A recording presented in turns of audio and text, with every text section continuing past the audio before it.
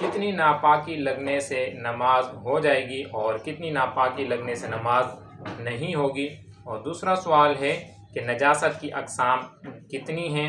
اور تیسرا سوال ہے کیا ناپاکی لگنے سے پورا کپڑا ناپاک ہو جاتا ہے یا جتنے حصے پر لگی ہے وہ ناپاک ہوگا؟ تو تینوں سوالات کے جوابات کے آج ہم جواب جانیں گے۔ پہلے اس حوالے سے سماعت فرما لیں کہ نجاست کی اقسام کتنی ہیں۔ تو یاد رکھیں کہ نجاست کی دو قسمیں، نجاست غلیظہ اور نجاست خفیفہ۔ نجاست غلیظہ وہ نجاست کہلاتی ہے کہ جس کا حکم سخت ہوتا ہے، اور نجاست خفیفہ وہ کہ جس کا حکم شریعت کے اندر ہلکا ہوتا ہے۔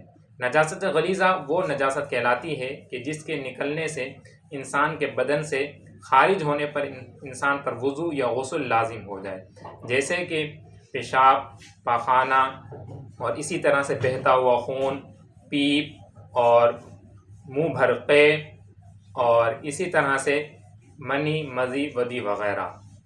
اور نجاست خفیفہ کے اندر جیسے کہ حلال جانوروں کا پیشاب اور جو حرام پرندے ہیں ان کی بیٹ، چاہے وہ شکاری ہوں یا غیر شکاری ہوں، جیسے کہ کوا، چیل، باز وغیرہ۔ تو یہ نجاست کی اقسام نجاست غلیظہ اور خفیفہ ہو گئی۔ اب ان کا حکم دونوں کا مختلف ہے۔ اولا نجاست غلیظہ کا حکم وہ کیا ہے؟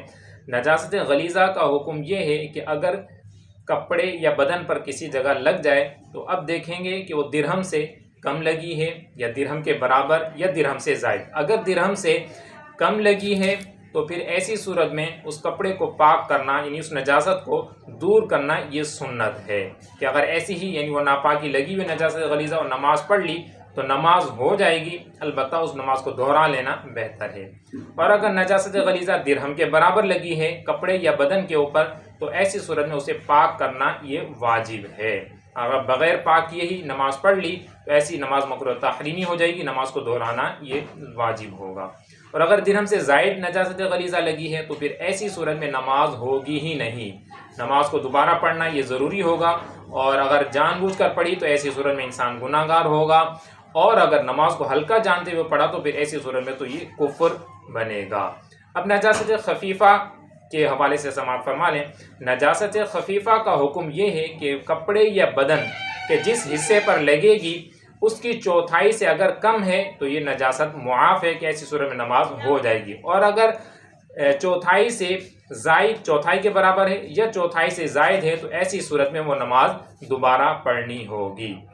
تیسرا سوال ہے کہ جس جگہ نجاست لگی ہے صرف وہی حصہ ناپاک ہوگا یا پورا کپڑا؟ تو اس حوالے سے یاد رکھیں کہ جس حصے پر ناپاکی لگی ہے صرف وہی حصہ ناپاک ہوگا، بقیہ حصہ پاک رہے گا۔